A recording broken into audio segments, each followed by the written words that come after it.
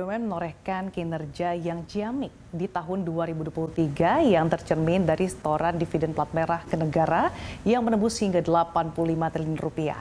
Lalu seperti apa terobosan dilakukan Kementerian BUMN, utamanya dalam 5 tahun terakhir? Untuk membahasnya saat ini saya sudah bersama dengan Wakil Menteri BUMN, Bapak Kartika Wiryadmojo. Halo Pak Tiko, apa kabarnya? Baik, Mas Asa. Terima kasih sudah menyempatkan waktunya untuk CNBC Indonesia dalam Economic Update. Pak Tiko, kita tahu bahwa beberapa waktu terakhir Kementerian BUMN terus melakukan terobosan untuk meningkatkan produktivitas. Dalam 5 tahun terakhir, Pak, apa saja terobosan ataupun reformasi yang dilakukan untuk terus meningkatkan produktivitas dan seperti apa hasilnya? Masih Mas ya. Jadi kalau kita lihat memang ini perjalanan 5 tahun yang cukup menantang ya. Karena waktu kita memulai bersama Pak Erick Thohir tahun 2019, waktu itu kita mulai dengan restrukturisasi perusahaan-perusahaan yang mengalami permasalahan. Jiwasraya, kemudian Asabri, Garuda. Kemudian tentu kita ingat semua COVID kan ya, di tahun 2020. Nah periode itu periode di mana kita benar-benar fokus pada survival dan restructuring. Tapi itu alhamdulillah bisa kita lalui dengan baik. Dan kita juga melakukan transformasi dalam konteks melakukan merger, clustering, dan memperkecil jumlah BUMN yang directly reporting ke Kementerian BUMN. Di mana dalam periode itu kita dari tadinya ada 108 BUMN yang direct reporting, sekarang mendekati 40. Okay. Dan ini ada yang kita merger, sebagai contoh Pelindo kita merger, baru selesai juga kita lakukan merger Angkasa Pura ya. Kemudian kita lakukan juga merger di level anak usaha seperti Bank Syariah Indonesia yang melakukan merger dari Bank Syariah Mandiri, BRI Syariah dan BNI Syariah ya.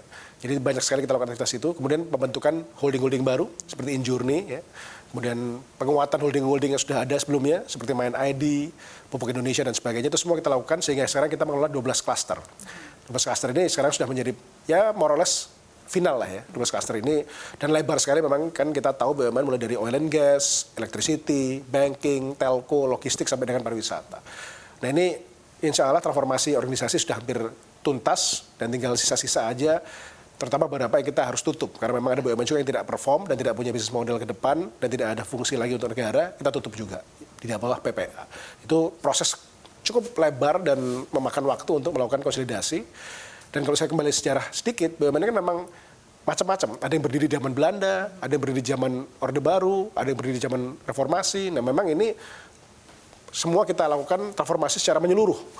Dan itu kita harapkan memberikan fondasi yang baik untuk pemerintahan berikutnya dalam konteks clustering ini menjadi clustering yang sudah solid dan siap untuk dibawa maju ke depan.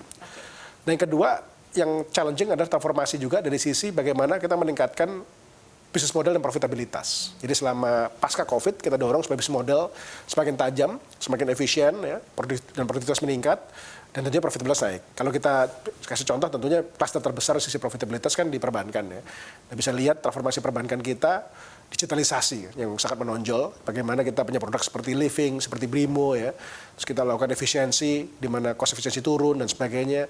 Dan kemudian sektor-sektor lainnya juga mengalami peningkatan profitabilitas seperti di Main ID, di pertambangan yang meningkat tajam profitabilitasnya dengan peningkatan produksi mineral dan hilirisasi. Jadi ini semua ya kolektif effort bersama seluruh komponen di Kementerian BUMN, Pak Menteri Erick Thohir, saya dan seluruh deputi, tapi juga bagaimana seluruh dirut dan seluruh manajemen dan karyawan mendukung program transformasi besar ini. Oke, dengan sejumlah perusahaan yang telah di-merger, kemudian juga tadi ada perampingan dan juga pembentukan holding baru, sejauh ini seperti apa Pak hasilnya bagi tubuh BUMN sendiri? Ya, memang clustering dan holdingisasi ini butuh waktu untuk semakin lama semakin produktif, semakin efisien. Jadi ambil contoh, di Kementerian BUMN sebelum saya dan Pak Erick Thohir juga ada beberapa holding. Pupuk Indonesia, kemudian PTPN Holding. Nah kita pertajam terus. Contohnya PTPN Holding, ini kita pertajam lagi dengan sekarang kita hanya punya 3 perusahaan, yaitu Sugerco, Palmco, dan Supportingco. Jadi ini evolusi, bukan hanya satu kali ya, bisa iterasi kedua, iterasi ketiga. Tujuannya memang supaya dari sisi bisnis model dan efisiensi daripada bisnis proses itu semakin baik. Dan tentunya nanti kalau sudah semakin bagus bisnis modelnya dan efisiensi produktivitas semakin baik, kita bisa mencari fundraising. Tapi dengan konteks yang sehat ya. Tentunya kita tahu ada permasalahan di masa lalu dengan karya-karya itu kita tidak mau ulangi.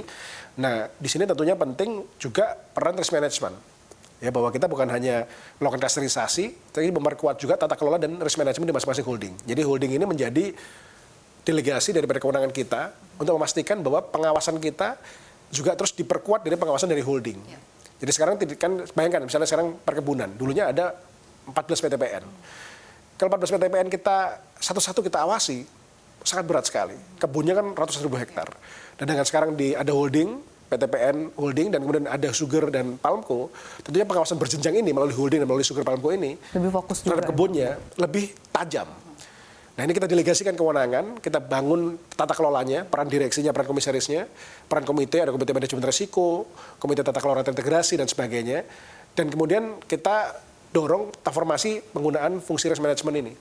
Sehingga tidak hanya melihat dari sisi bisnis, sektoralnya kan, perkebunan, ini kan tentu kan secara operasional butuh ekspertis ya. Dari sisi penanaman bibitnya, pemupukannya, tapi juga pengelolaan risiko keuangannya. Ini kita perkuat juga. Supaya nanti dalam konteks pengelolaan neraca, cash flow, supaya tidak ada permasalahan hutang-hutang di masa lalu, tidak terulang lagi gitu. Jadi ini sangat luas dan dalam sebenarnya formasinya, dan kita melihat setelah periode 5 tahun ini kami cukup yakin bahwa holding-holding yang kita sudah bentuk, ya tadi mulai dari PTPN Holding, Pupuk, Injourney, Main ID, ini semua semakin mature dari sisi peran holdingnya, tapi tetap kita melakukan direction sebagai arsitek dari sisi strategis pemegang saham, kita tetap melakukan direction, dan kita lagi minta mereka semua susun RJBP 5 tahun ke depan, sehingga nanti ada landasan yang solid untuk pemerintahan baru melanjutkan lagi transformasi ini ke tahap berikutnya. Oke, terkait dengan bisnis model tadi yang Anda katakan, bagaimana untuk memastikan bahwa perusahaan-perusahaan BUMN ini melakukan tugasnya sesuai dengan core bisnisnya, Pak? Karena kan selama ini beberapa perusahaan BUMN justru bisa dikatakan ada diversifikasi begitu, Pak? Betul. Jadi di tahap awal, Pak Erick Thohir dan saya bikin kebijakan bahwa kita moratorium dan menutup banyak perusahaan di level cucu dan anak yang tidak sesuai dengan holding. Jadi itu lakukan sempat 2 tahun pertama itu banyak yang kita lakukan penutupan dan penggabungan, dan ini sebagai contoh sekarang misalnya AP1 AP2 setelah merger berjalan ini juga banyak perusahaan-perusahaan PT-PT-nya digabungkan juga supaya makin sedikit dan makin fokus, dan tentunya yang tidak sesuai dengan core business harus di-dispose atau tutup. Itu kebijakannya kuat sekali, dan untuk mereka bikin perusahaan baru sekarang harus izin ke kami. Jadi sekarang nggak ada lagi perusahaan yang dibangun tanpa izin dari kami, dan kami dalam menyeleksi tujuan pembukaan perusahaan dan fungsinya ke depan sangat ketat. Kita sesuaikan dengan rencana jangka panjangnya maupun dalam konteks transformasi bisnis modelnya. Nah, saya kasih contoh nih, sekarang kan kita dalam tahap akhir untuk menyelesaikan holding pariwisata. Nah, kita sedang melakukan proses untuk menginjek Garuda. Garuda Citylink otomatisnya ke Injourney. Nah, ini kan berevolusi kan. Nah, ini nanti konsep kerja antara airport dengan airline seperti apa bisnis modelnya supaya ini saling mendukung. Progresnya seperti apa, Pak? Nah ini barusan saya rapat juga dengan teman-teman Injourney bagaimana nanti bisnis modelnya supaya antara airport dan airline saling mendukung gitu. Dan ini tadi kami di Kementerian BUMN tidak hanya sebagai pemegang saham pasif, tapi kami detail menjadi arsitek daripada masing-masing holding ini.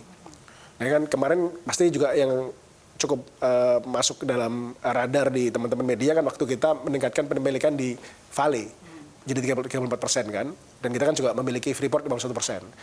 Di luar tentunya anak usaha Main ID yang dari awal ada Antam, Timah, Bukit Asam dan Inalum ya. Nah itu kan kemudian kita masuk ke dalam hilirisasi. Ada ekosistem hilirisasi yang di Tambaga, ada hilirisasi di nikel. Ya kita kerja detail dengan Vale untuk membangun konsep hilirisasinya dengan Freeport, dengan Antam ya. Jadi walaupun ada holding pun bukan berarti kita kemudian melepas semuanya.